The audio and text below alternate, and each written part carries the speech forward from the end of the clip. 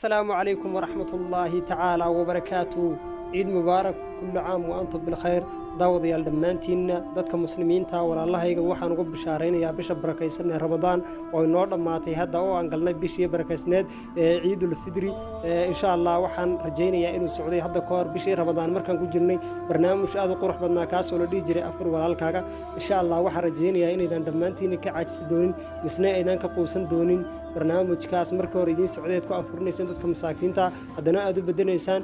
qoodi walaalkaaga. إن شاء الله قف مركو قف عاوية برشة دنا يعاون تجادا وحين سامين كوي على تاد من عالم قائدين وحنا معقولة إن جادا دنيا أردن إن أي نقطة مدرس عاوسة هذا عدد مسلمين واجب كي نسارنا يا ولا لذين إن نضم قانون مسني عن عاوننا لكن هدي حق عن كعاوننا هنا نكون دجنه محن كفايدينا ولا هذا قدام قمر والبا جد كوحي إذا بركة سلة فرح ولا الله هذا يسكوي نسين قفنا أنا إسكت دجن درجة أنا بحين هذا ما أنت كورس صارت هذا بيش عيد ما عيد ويجي قاعدي كذي أنا بورد فاس بنفولا يا ومباني أيروني أنا وان هدي أتراه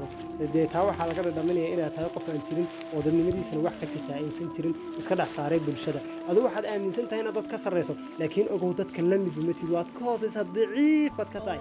أفك هذا ربط ضد كدحلو ده أود كله بالشدة أو أي كذا بين اسم سنة بالشدة كسرية قف كله تمام وكدت كيس قدام قضاء وكان مرول ببلشدي سعاوية ويوقف قف وناكسن مرول با سيدا علماء أو كلامر كان لو كنا نوجه هذا ما فيرين كارنو وان كفارسنا ولا المقرنة سببته ويا إنك شرف بدين شرفت هذا يا هير سرع سيدا أوجد وجه هذا أولا كفيرنا مرين هوسنا فيرنا موجي هو أسمع حكم مستيستين وناق فرح بدن الله بيحرير لسميين وناق فرح بدن بيسميين dadka muslimiinta ay u gargaaraan qof kasta oo u gargaara dadka muslimiinta Allah subhanahu wa ta'ala isagana waa u gargaaraya